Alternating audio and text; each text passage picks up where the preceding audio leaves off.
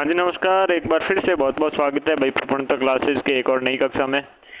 देखो, आज की इस कक्षा में हम अपने भारतीय जो संविधान है, भारतीय संविधान की तरफ बढ़ रहे हैं। ठीक है। और राजस्थान संदर्भ की चीज़ें थी, वो चीज़ें देख ली है। भारत के संदर्भ में चीज़ें हैं वो हम देखेंगे। उल्टा चल रहे हैं लेकिन सीधा चल रहे हैं। चलिए, नंबर आने चाहिए, बात खत्म है। चलिए, भारत का संवैधानिक विकास कैसे होता है इसके बारे में बात करते हैं। यूं तो ये टॉपिक थोड़ा बनता है आपके हार्ड, ठीक है, लेकिन आप जब कॉन्सेप्ट से चीज़ें पढ़ेंगे, ध्यान से चीज़ें पढ़ेंगे, तो आपकी क्या है, चीज़ें क्लियर होती जाएगी। तो करते हैं चीज़ें क्लियर। सबसे पहले भारतीय संविधान के विकास में पृष्ठभूमि देखते हैं। अपने भारत में क्या है, ब्रिटिश शासन के दौरान ब्रिटिश ईस्ट इंडिया कंपनी के साथ शासन तथा ब्रिटिश क्राउन के दौरान ब्रिटिश संसद के द्वारा विभिन्न प्रकार के अधिनियम पारित किए गए। देखो, जब भारत में ब्रिटिश शासन था, उस शासन के दौरान ब्रिटिश ईस्ट इंडिया कंपनी थी, ये कंपनी जब शासन करती थी, और जब ब्रिटिश क्राउन के अंतर्गत आपके ब्रिटिश संसद के द्वारा जब विभिन्न प्रकार के क्या लाए जाते थे, अधिनियम लाए जाते थे, ताकि तत्कालीन समय ब्रिटिश भारत के प्रशासन के लिए बनाए गए थे। अधिनियम जो पारित होते थे क्यों बनाए जाते थे, ताकि भारत में प्रशासन है ये चलाया जा सके। इन अधिनियम के मुख्यतः सिलसिला 1973 से प्रारंभ होता है। कब से प्रारंभ होता है? 1773 से, ठीक है ना। 1773 से यह प्रारंभ होता है। भारत की स्वतंत्रता प्राप्ति तक आपके अनवरत रूप से चलता रहता है। ये नियंत्रण करने का, यहाँ पर भारत में कैसे शासन चलाया जाए, एक कंपनी से जब शुरुआत होती है तो धीरे धीरे धीरे कैसे भारत की जो शासन की अपनी जो सत्ता है, ये शासन अपने हाथ में लेता है, और किस प्रकार से विभिन्न एक्टों के माध्यम से भारत में सत्ता की है जो सुचारू रूप से चलाया जाता है। इन्हीं अधिनियमों के प्रावधानों का प्रभाव भारत के संविधान पर भी देखने को मिलता है। जब नई ऋतु आती है तो पुरानी ऋतु के आपके क्या है, लक्षण नई ऋतु में दिखते हैं। ठीक है, तो वैसे ही जो पुराने जब एक्ट होते हैं, ये पुराने एक्ट की व्यवस्थाएं धीरे धीरे पनपती आज वर्तमान संविधान में भी इसका प्रभाव देखने को मिलता है। ब्रिटिश शासन के अधीन आपके भारत में संवैधानिक विकास को दो चरणों में विभाजित किया जा सकता है। एक जो कंपनी शासन था, और कंपनी शासन चल रहे हैं लगभग आपके 1765 का, जब अब ये बक्सर वगैरह का युद्ध होता है, उस समय आपके कंपनी के द्वारा काफ़ी अधिकार हासिल कर लिए गए थे, और उस अधिकार हासिल करने से बाद में ले कर आपकी क्या कंपनी शासन में 1765 से लेकर 1858 तक आपकी क्या है ये चला। ठीक है, और जब 1857 की जब क्रांति हो गई, तब ब्रिटिश क्राउन के अंतर्गत शासन चला गया, और उसके द्वारा 1858 से लेकर 1947 तक प्रमुख रूप से कई एक्ट लेके आए गए, और आपके शासन चलाने का काम किया गया सीधे क्राउन के द्वारा। इन चरणों में विभिन्न प्रकार के अधिनियम है वो पारित किए गए। उन अधिनियमों के बारे में ही तो बात करना हमारा मुख्य रूप से क्या रहने वाला है, मुख्य रूप से अपने उद्देश्य रहने वाला है। भारत में केंद्रीकरण की प्रक्रिया 1773 के रेगुलेटिंग एक्ट के माध्यम से शुरू होती है। सबसे पहले ही कौन सा एक्ट आता है? सबसे पहले आता है 1773 का। 1773 का आपके रेगुलेटिंग एक्ट है, यहाँ से कहानी शुरू होती है। और इस रेगुलेटिंग एक्ट में भारत में केंद्रीकरण की जो प्रक्रिया है, इस केंद्रीकरण की प्रक्रिया क्या हुई, ऊपर विकेंद्र नहीं, केंद्रीकरण ऊपर की तरफ बढ़ती हुई आपके देखने को मिलती है।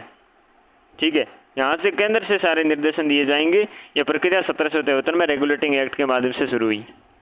यह भारत में कंपनी के मामलों को नियंत्रित और विनियमित करने के लिए ब्रिटिश संसद के द्वारा पारित पहला अधिनियम था। ब्रिटिश ये संसद थी, ये आपके प्रमुख रूप से कंट्रोल करने लगी थी किसे, कंपनी को, कि कंपनी पर नियंत्रण करना, उस पर विनियमित करना बहुत ज़रूरी है। तो ब्रिटिश संसद के द्वारा सबसे पहले एक्ट लाया गया जिसे रेगुलेटिंग एक्ट 1773 के नाम से जाना जाता है, और ये पहला आपके अधिनियम था। इस अधिनियम के अनुसार बंगाल के गवर्नर थे, बंगाल का गवर्नर जनरल बनाया गया। वॉरेंस हेस्टिंग पहले गवर्नर जनरल बने। तो गवर्नर जनरल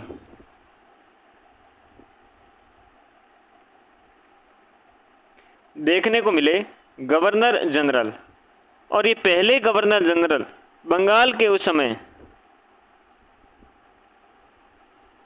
बंगाल का गवर्नर था।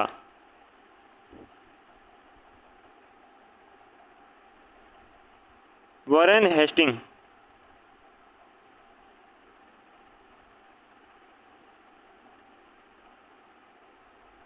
वॉरेन हेस्टिंग्स ये बंगाल का गवर्नर था। इसे भारत का इसे क्या है, बंगाल का गवर्नर जनरल बनाया गया और ये वॉरेन हेस्टिंग पहले गवर्नर जनरल बने। बम्बई और मद्रास के गवर्नरों के बंगाल के गवर्नर के अधीन कर दिया गया। ये बात थी कि पहले स्वतंत्र थे सारे, लेकिन इस अधिनियम के अंतर्गत रेगुलेटिंग एक्ट 1773 में आपके प्रमुख रूप से मुंबई और जो मद्रास के गवर्नर थे, इन गवर्नरों को आपकी क्या बंगाल के गवर्नर के अधीन कर दिया। गवर्नर जनरल को नियम और विनियम बनाने का अधिकार दे दिया। ये काम और हो गया कि जो नियम और विनियम है ये बनाने का अधिकार किसे मिल गया, ये मिल गया आपके गवर्नर जनरल को। इसी अधिनियम के खंड 8 में तहत आपके प्राप्त अधिकारों का प्रयोग करते हुए ब्रिटिश सम्राट जॉर्ज तृतीय ने 26 जुलाई 1774 ईस्वी को कोलकाता में फोर्ट विलियम में सर्वोच्च न्यायालय एपेक्स न्यायालय के रूप में स्थापना करी। इसी अधिनियम के खंड 8 है। इस एक्ट के आपके द्वारा प्राप्त अधिकारों का प्रयोग करते हुए ब्रिटिश सम्राट जॉर्ज तृतीय ने 26 जुलाई 1774 में कलकत्ता फोर्ट विलियम में सर्वोच्च न्यायालय एपेक्स न्यायालय के रूप में स्थापना करी और न्यायालय की प्राथमिक एवं अपील के अधिकार की अनुमति दी। क्या थी? प्राथमिक और अपील के जो अधिकार थे इन्हें दिए गए और इस न्यायालय में एक मुख्य न्यायाधीश और 3 अन्य न्यायाधीश थे। सर एलिजा इम्पे को सुप्रीम कोर्ट का प्रथम मुख्य न्यायाधीश नियुक्त किया गया। तो सर्वोच्च न्यायालय इसकी आपके सर एलिजा हैं।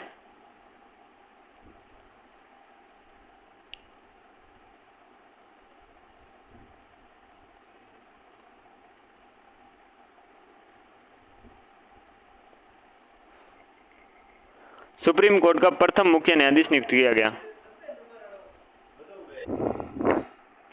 सर एलिजा इम्पे, ठीक है ना। सर एलिजा इम्पे क्या बनती है? प्रथम मुख्य न्यायाधीश बनती है। एक थी मुख्य न्यायाधीश प्लस एक मुख्य न्यायाधीश 3 अन्य न्यायाधीश, टोटल कितने? 4 न्यायाधीश। 1774 में 26 जुलाई स्थापना करी जाती है। जॉर्ज आपके तृतीय ने करी थी, जॉर्ज थर्ड।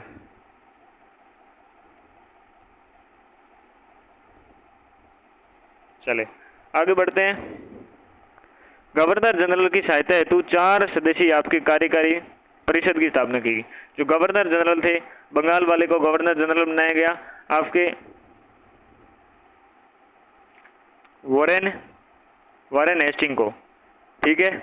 और इनकी सहायता हेतु 4 सदस्यीय, इनकी सहायता करने के लिए क्या है, 4 सदस्यीय कार्यकारी परिषद बनाई गई। कार्यकारी परिषद का क्या काम था? गवर्नर जनरल की सहायता करना। कितने सदस्य? 4 सदस्य। बोर्ड ऑफ डायरेक्टर का गठन किया गया। बोर्ड ऑफ डायरेक्टर का गठन किया गया जिसके माध्यम से ब्रिटिश सरकार का कंपनी पर क्या है, नियंत्रण सशक्त हो गया। जो सरकार का क्या है, कंपनी पर आपके नियंत्रण सशक्त करने के लिए बोर्ड ऑफ डायरेक्टर की स्थापना के बोर्ड ऑफ डायरेक्टर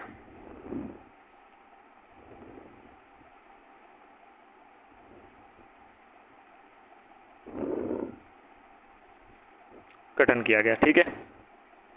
4 सदस्यीय कार्य परिषद स्थापना करी गई गवर्नर जनरल की सहायता हेतु। ओके 1773 का रेगुलेटिंग एक्ट समझने के बाद अब देखते हैं रेगुलेटिंग एक्ट 1773 की जो कमियां थी, इन कमियों को दूर करने के लिए एक अधिनियम लाया गया जिसे हम कहते हैं पिट्स इंडिया एक्ट 1784।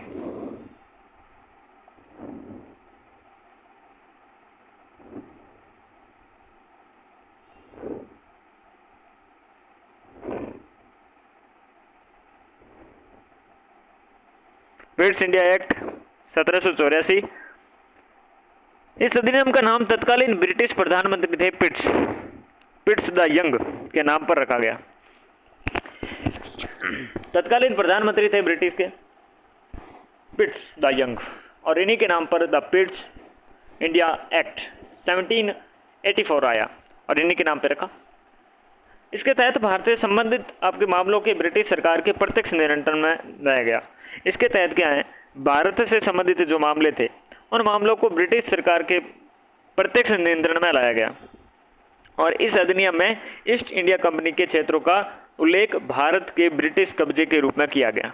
और जो ईस्ट इंडिया कंपनी है, इस कंपनी के क्षेत्रों का उल्लेख भारत में ब्रिटिश कब्जे के रूप में किया गया। जो ईस्ट इंडिया कंपनी आई, ईस्ट इंडिया कंपनी ने क्या किया, जैसे जैसे कब्जे स्टार्ट किए तो उन कब्जों को कहा गया कि ये आपके ब्रिटिश के कब्जे हैं, ताकि कंपनी स्ट्रांग ना हो जाए और कंपनी का नाता ब्रिटिश से टूटकर अपने में ही हो जाए। तो उन पर क्या नियंत्रण स्थापित करना जरूरी था। आप जो कब्जा कर रहे हो वो हमारा कब्जा है।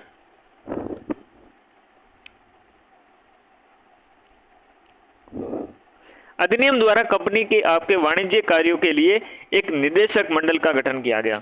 इसमें आपके कंपनी के जो वाणिज्यिक कार्य थे, इस वाणिज्यिक कार्यों के लिए आपकी क्या किया गया, एक निदेशक मंडल है।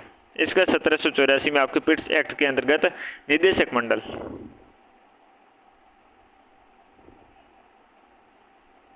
का गठन किया जा रहा है।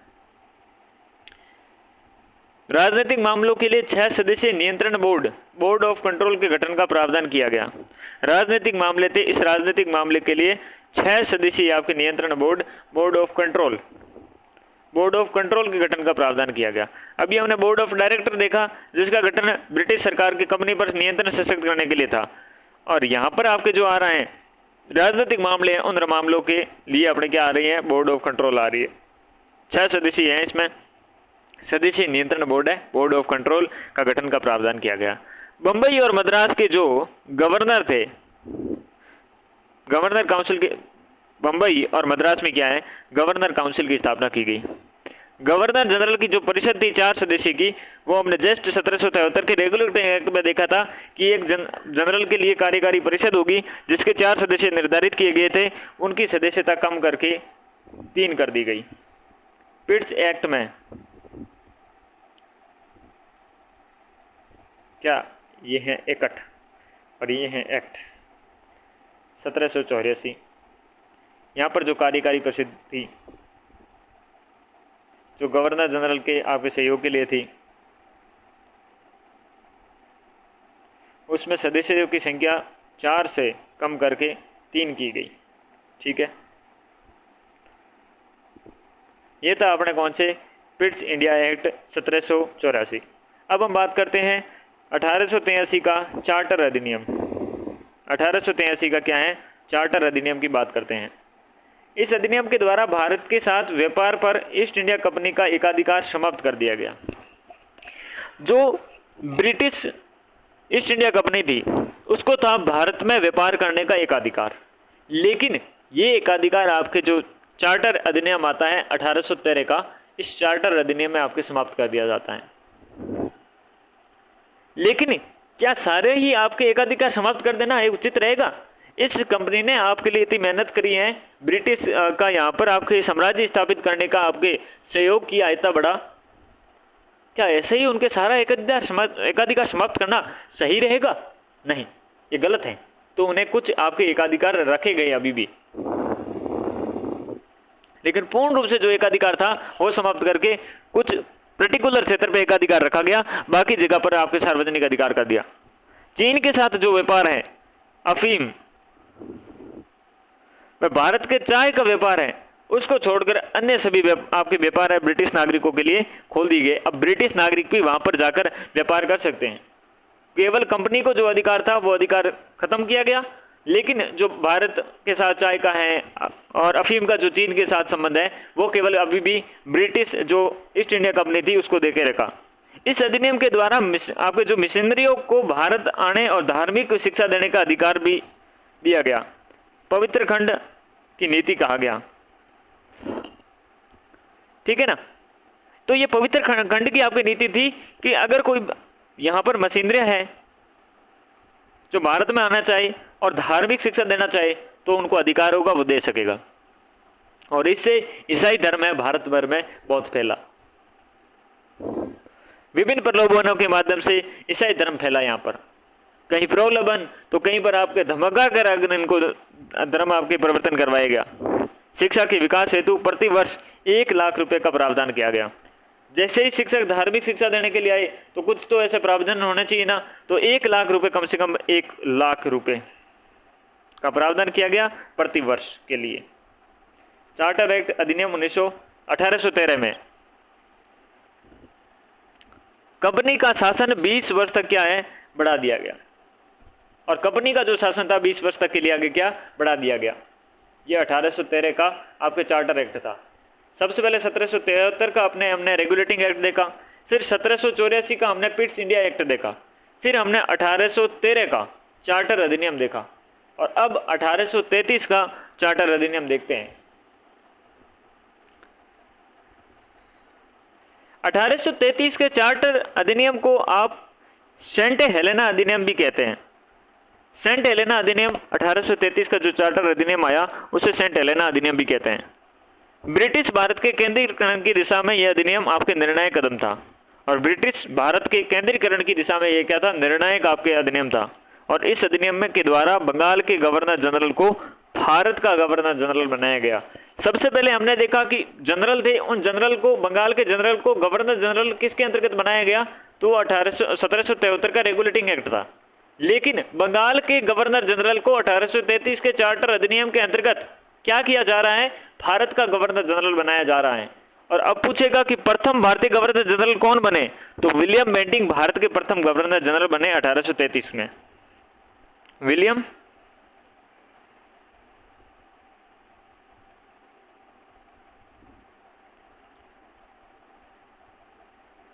बेंटिंक,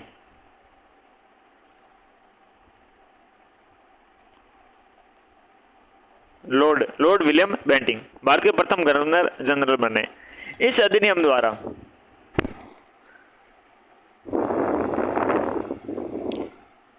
के द्वारा भारत के गवर्नर जनरल को पूरे ब्रिटिश भारत में आपके विधायिका के असीमित अधिकार प्रदान किए गए। जो गवर्नर जनरल थे, देखो धीरे धीरे यहाँ से अब भारत के गवर्नर जनरल को पावर्स मिलती बहुत ज़्यादा पावरफुल होता जाएगा। ठीक है, तो इस अधिनियम के द्वारा भारत के गवर्नर जनरल को पूरे ब्रिटिश भारत में विधायिका के असीमित अधिकार प्रदान किए गए, और मद्रास और मुंबई के जो गवर्नरों को विधायिका की शक्ति समाप्त कर दी गई, और जो विधायिका के असीमित अधिकार थे वो भारत के गवर्नर जनरल को दे दी गए।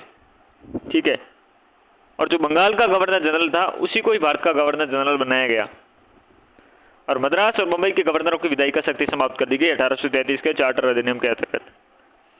ईस्ट इंडिया कंपनी की एक व्यापारिक निकाय के रूप में की जाने वाली गतिविधियों को समाप्त कर उसे विशुद्ध आपको प्रशासनिक निकाय बना दिया।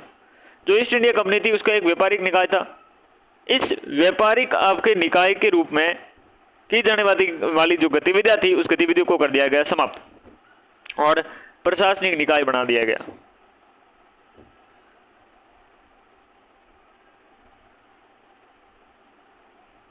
इस अधिनियम में शिक्षा के लिए प्रतिवर्ष 10 लाख रुपए का आपके प्रावधान कर दिया गया। 1813 का जो चार्टर अधिनियम था उसमें 1 लाख रुपए का प्रावधान किया गया, और 1833 के इसमें बढ़ाकर आपके 10 लाख का प्रावधान किया गया। गवर्नर जनरल काउंसिल की संख्या पुनः आपके 4 कर दी गई, और जो गवर्नर जनरल काउंसिल होती थी, कार्य परिषद होती थी, उसके काउंसिल की आपकी संख्या है ये 4 कर दी गई, और चौथे सदस्य के रूप में लॉर्ड मेकाले की नियुक्ति की गई। और चौथा सदस्य कौन आया, लॉर्ड मेकाले। बड़ा नाम है तभी लिखा हुआ है लॉर्ड मेकाले।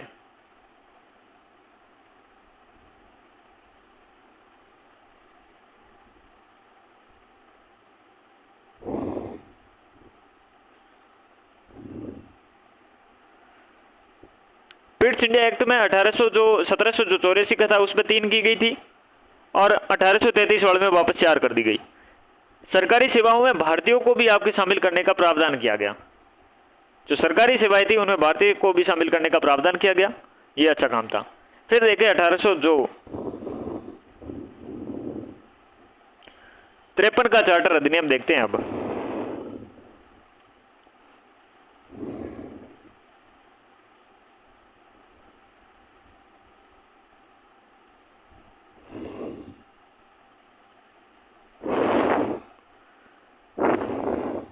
इस अधिनियम के द्वारा गवर्नर जनरल की परिषद के विधायी और प्रशासनिक कार्यों को अलग अलग किया गया। जो गवर्नर जनरल थी उसकी परिषद थी, उस परिषद के आपके विधायी और जो प्रशासनिक कार्य हैं इनको अलग अलग किया गया।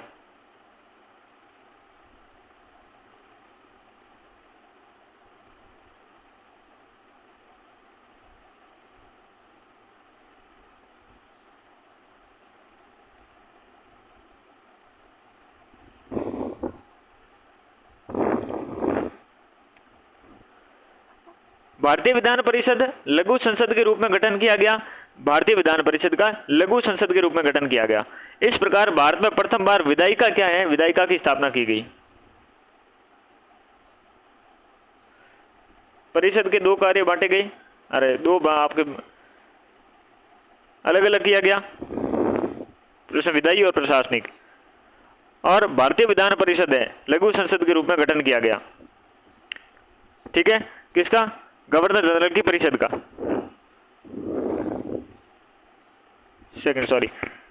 कार्य को अलग अलग किया गया और भारतीय विधान परिषद का गठन किया गया ताकि विधायी कार्य किए जा सके लघु संसद के रूप में। ठीक है ना। और इस प्रकार भारत में प्रथम बार आपकी विधायिका का स्थापना होती है। किसमें? 1853 की आपकी क्या है जो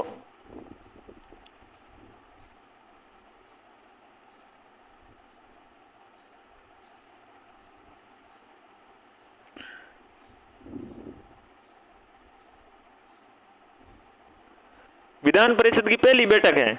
ये कब होती है विधान परिषद की? भारतीय विधान परिषद की पहली बैठक होती है 20 मई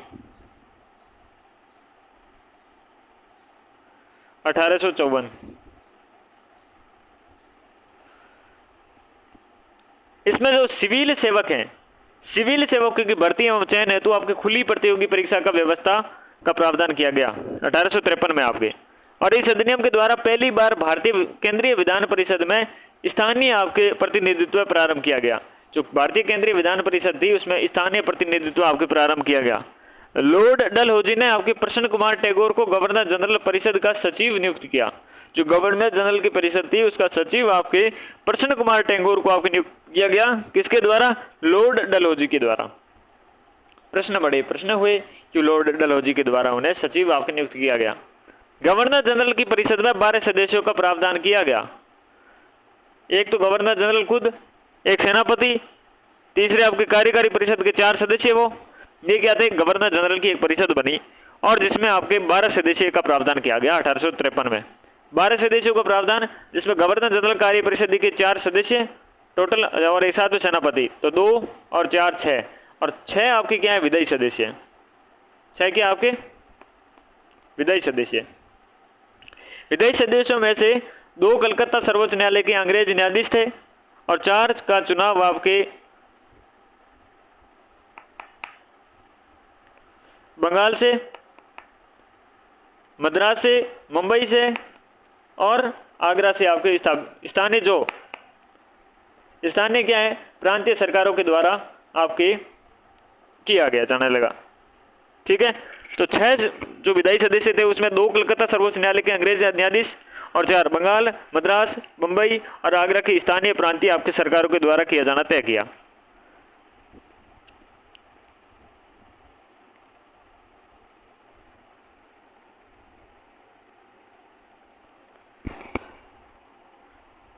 किसी कानून के आपके प्रख्यापित होने से पूर्व गवर्नर जनरल को अनुमति आवश्यक थी और गवर्नर जनरल को विधान परिषद के किसी भी आपके विधेयक को वीटो करने की शक्ति प्राप्त थी।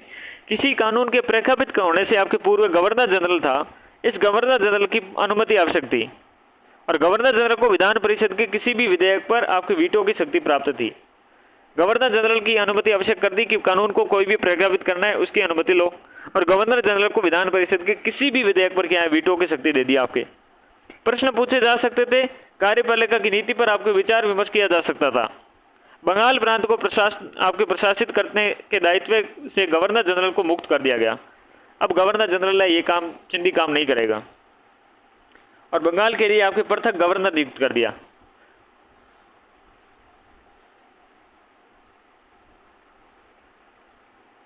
तैतीस में आपकी क्या किया गया था? बंगाल के गवर्नर जनरल को भारत का गवर्नर जनरल बनाया गया था और 53 में कहा आप बंगाल के गवर्नर मत करो, आप भारत की गवर्नर करो।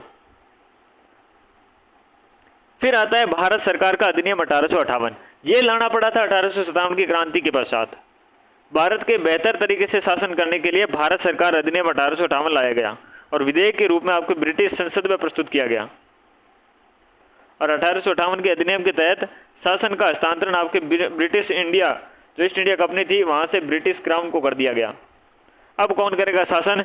अब आपके करेगा प्रशासन। शासन कौन करेगा? ब्रिटिश क्राउन के अंतर्गत होगा। और 1 नवंबर 1858 को साम्राज्य की उद्घोषणा के साथ ही नई व्यवस्था का शुभारंभ हुआ। और 1858 के जब प्रावधान देखते हैं हम, इस अधिनियम से गवर्नर जनरल की शक्ति पहले की अपेक्षा बढ़ गई थी, लेकिन गवर्नर जनरल की शक्तियां थी ये तो फिर भी बढ़ी। गवर्नर जनरल देशी रियासतों के संबंध में वॉइसरॉय कहलाने लगे। गवर्नर जनरल था, ये देशी रियासतों के संबंध में वॉइसरॉय कहलाने लगे। और लॉर्ड कैनिंग भारत के पहले वॉइसरॉय बने। तो वॉइसरॉय का पद आता है।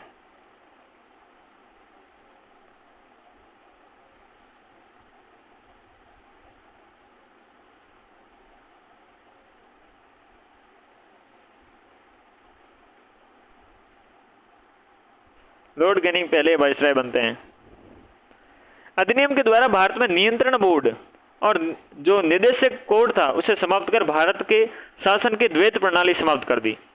भारत में अपने जो नियंत्रण बोर्ड चल रहा था, निदेशक कोड चल रहा था, उसे समाप्त कर दिया और द्वैत जो प्रणाली थी उसे समाप्त कर दिया। भारत सचिव और भारत के राज्य सचिव, secretary of state for India, Bharat के राज्य सचिव या भारत सचिव के पद का सर्जन कर उसे भारतीय प्रशासन का पर आपके संपूर्ण नियंत्रण की शक्ति प्रदान की गई। जो भारतीय प्रशासन था उस पर संपूर्ण आपके नियंत्रण की शक्ति किसे प्रदान की गई? भारत सचिव या भारत के राज्य सचिव को। सचिव ब्रिटिश कैबिनेट का आपके सदस्य था और ब्रिटिश संसद के प्रति आपके भारतीय मामलों में उत्तरदायी था। सर चार्ल्स वुड आपके प्रथम भारत के सचिव बनते हैं।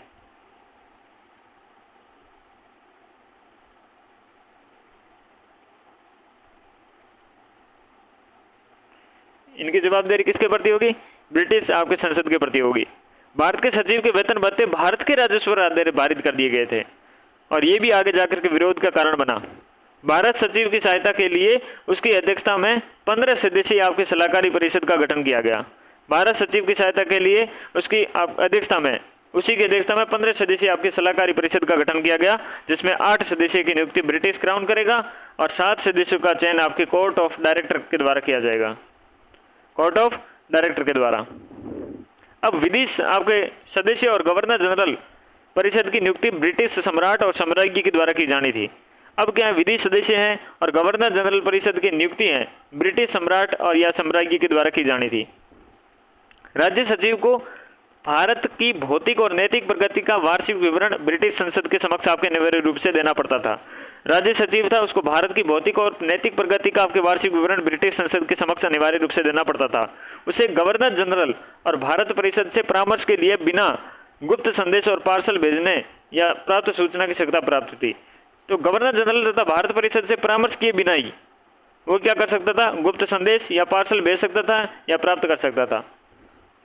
फिर आता है 1861 का भारत आपके परिषद अधिनियम आता है, जो 1857 की क्रांति के बाद शासन चलाने के लिए भारतीय सहयोग लेने के लिए उद्देश्य से सहयोग नीति के तहत 1861, 1892 और 1909 ये अधिनियम पारित किए गए। 1861 का अधिनियम प्रावधान देखें तो गवर्नर जनरल की कार्यकारी परिषद की अब एक 5वां सदस्य कानूनी पेश का शामिल किया गया। तो अब एक सदस्य आपके ऐड कर दिया जा रहा है जो गवर्नर जनरल है। इस गवर्नर जनरल की आपकी कार्यकारी जो परिषद है इसके 5वां सदस्य आपके शामिल किया जा रहा है और ये 5वां सदस्य आपके कानूनी पेश का काम करेगा। अब परिषद में गृह, सैन्य, राजस्व, विधि और वित्त सदस्य थे। गृह, सैन्य, राजस्व, विधि और वित्त, ठीक है। तो 5 प्रकार के हो गए। अब कानून बनाने की प्रक्रिया में पहली बार भारतीय प्रतिनिधियों को गैर सरकारी सदस्य के रूप में आपके शामिल किया गया। जो कानूनी बनाने की प्रक्रिया थी उसमें भारत में पहली बार भारतीय प्रतिनिधि को गैर सरकारी सदस्य के रूप में शामिल किया गया। 1862 में कैनिंग ने 3 भारतीयों बनारस आपके राजा, पटियाला महाराजा और सर दिनकर राव को विधान परिषद में मनोनीत किया। विधान परिषद थी, इसमें आपके 1862 में कैनिंग ने 3 भारतीयों को बनारस राजा, पटियाला महाराजा, सर दिनकर को राव को शामिल किया। विधि निर्माण के उद्देश्य से गवर्नर जनरल की कार्यकारी परिषद का विस्तार किया गया और जो विधि निर्माण थी इस विधि निर्माण से उद्देश्य से गवर्नर जनरल की जो कार्यकारी परिषद थी उसका विस्तार किया गया था। अब वायसराय के द्वारा 2 वर्ष के लिए नियुक्ति आपके अतिरिक्त सदस्यों की संख्या 6 से कम और 12 से अधिक नहीं होनी चाहिए थी। इन सदस्यों को कम से कम आधे सदस्य आपके गैर सरकारी होने थे, ठीक है। इस अधिनियम ने मद्रास और मुंबई प्रेसिडेंसियों को विधायी शक्तियां पुनः देकर आपके केंद्रीयकरण की प्रक्रिया आरंभ करी। आपके इस अधिनियम में मद्रास और मुंबई जो प्रेसिडेंसियाँ थी उसमें विधायी शक्तियाँ थी, उन्हें वापस विधायी शक्तियाँ दी गई। विधायी शक्तियाँ एक समय आपको वापस ले ली थी इनसे, अब इन्हें पुनः आपके देकर विकेंद्रीकरण की प्रक्रिया प्रारंभ की जा रही है। लॉर्ड कैनिंग के द्वारा 1859 में आरंभ की गई आपके पोर्टफोलियो प्रणाली को मान्यता दी गई। जो पोर्टफोलियो प्रणाली आपके लॉर्ड कैनिंग को शुरू की थी 1859 में, इसे मान्यता दी गई थी 1861 में। गवर्नर जनरल को आपातकाल में विधान परिषद की आपकी अनुमति के बिना अध्यादेश जारी करने की आपकी शक्ति थी। तो आपातकालीन की स्थिति में विधान परिषद की अनुमति के बिना गवर्नर जनरल क्या कर सकता था? अध्यादेश जारी कर सकता है। विधायी उद्देश्यों के लिए गवर्नर जनरल के द्वारा नवीन प्रांतों का सृजन किया जा सकता था और वह उनके लिए आपके लेफ्टिनेंट गवर्नर की नियुक्ति कर सकता था। विधायी जो उद्देश्य है उनके लिए गवर्नर जनरल क्या कर सकता था? नवीन प्रांतों का आपके सर्जन कर सकता था और उनके लिए लेफ्टिनेंट गवर्नर्स की आपकी नियुक्ति कर सकता था। कलकत्ता, मुंबई, मद्रास में उच्च न्यायालय की स्थापना का प्रावधान किया गया। कलकत्ता, मुंबई और मद्रास में क्या है? हाई कोर्ट्स की आपकी स्थापना की गई। राज्य सचिव को संपरिषद गवर्नर जनरल द्वारा पारित किसी भी अधिनियम को भंग करने की आपके हेतु सशक्त किया गया। राज्य सचिव था, इस राज्य सचिव को आपके संपरिषद गवर्नर जनरल के द्वारा जो पारित किसी भी अधिनियम को भंग करने के आपके सशक्त किया गया। फिर आता है 1892 का भारत परिषद अधिनियम। इस अधिनियम के द्वारा केंद्रीय और प्रांतीय जो विधान परिषद हैं उन परिषदों में आपके गैर सरकारी सदस्यों की संख्या बढ़ाई गई। 1892 का आपके भारत परिषद अधिनियम आया। इस अधिनियम के द्वारा केंद्रीय और प्रांतीय विधान परिषद थे उनमें गैर सरकारी सदस्यों की आपकी क्या संख्या बढ़ाई गई। हालांकि बहुमत आपकी क्या है? सरकारी सदस्यों का ही रखा गया। गवर्नर जनरल की विधान परिषद का विस्तार किया गया। जो गवर्नर जनरल थी उसकी आपके विधान परिषद का विस्तार किया गया, जिसमें 10 सदस्य और न्यूनतम 10 सदस्य और अधिकतम 16 सदस्य थे। गवर्नर जनरल की जो विधान परिषद थी उसका विस्तार 10 सदस्य न्यूनतम और 16 अधिकतम आपके कर दिया गया, अतिरिक्त सदस्य थे। इनमें 4 अतिरिक्त सदस्य थे और 4 प्रांतीय आपकी परिषदों का कलकत्ता चैम्बर आपके जो चैम्बर ऑफ कॉमर्स के गैर सरकारी सदस्यों की अनुशंसा का पर आपके वायसराय के द्वारा नामित किया जाना था। इस अधिनियम के द्वारा विधान परिषदों के कार्य में वृद्धि कर उन्हें बजट पर आपकी बहस करने और कार्यपालिका के प्रश्नों का उत्तर देने के लिए अधिकृत किया गया। इस अधिनियम के द्वारा जो विधान परिषद के कार्य में वृद्धि कर उन्हें बजट पर अपने बहस करने का और साथ में कार्यपालिका के प्रश्नों का उत्तर देने के लिए अधिकृत किया गया। भारतीय विधान परिषद में पहला प्रश्न आपके 16 फरवरी 1893 में पूछा गया। भारतीय विधान परिषद थी, इस विधान परिषद में आपके पहला प्रश्न 16 फरवरी 1893 को पूछा गया। अधिनियम में अप्रत्यक्ष चुनाव का प्रावधान किया गया, हालांकि इनमें चुनाव शब्द का आपके प्रयोग नहीं किया गया था। केंद्रीय विधानमंडल में 5 गैर सरकारी आपके सदस्यों की नियुक्ति प्रांतीय विधानमंडल के सदस्यों के द्वारा की जानी थी। जो केंद्रीय विधानमंडल है इस विधानमंडल में 5 आपके सरकारी सदस्यों की नियुक्ति प्रांतीय विधानमंडल के सदस्यों के द्वारा की जानी थी। गवर्नर जनरल के विधान परिषद का नाम भारतीय विधान परिषद हो गया। जो गवर्नर जनरल की विधान परिषद थी उसका नाम भारतीय विधान परिषद हो गया और इस अधिनियम के द्वारा संसदीय शासन परोक्ष रूप से आपके प्रारंभ हुआ और प्रतिनिधि शासन की नींव डाली गई और सर फिरोज मेहता आपके पहले निर्वाचित भारतीय सदस्य थे। यह प्रमुख रूप से 1893 तक की स्टोरी है और 1909 का आपके भारत का परिषद अधिनियम है वो अगली क्लास में पढ़ेंगे। तब तक के लिए आप सभी का धन्यवाद।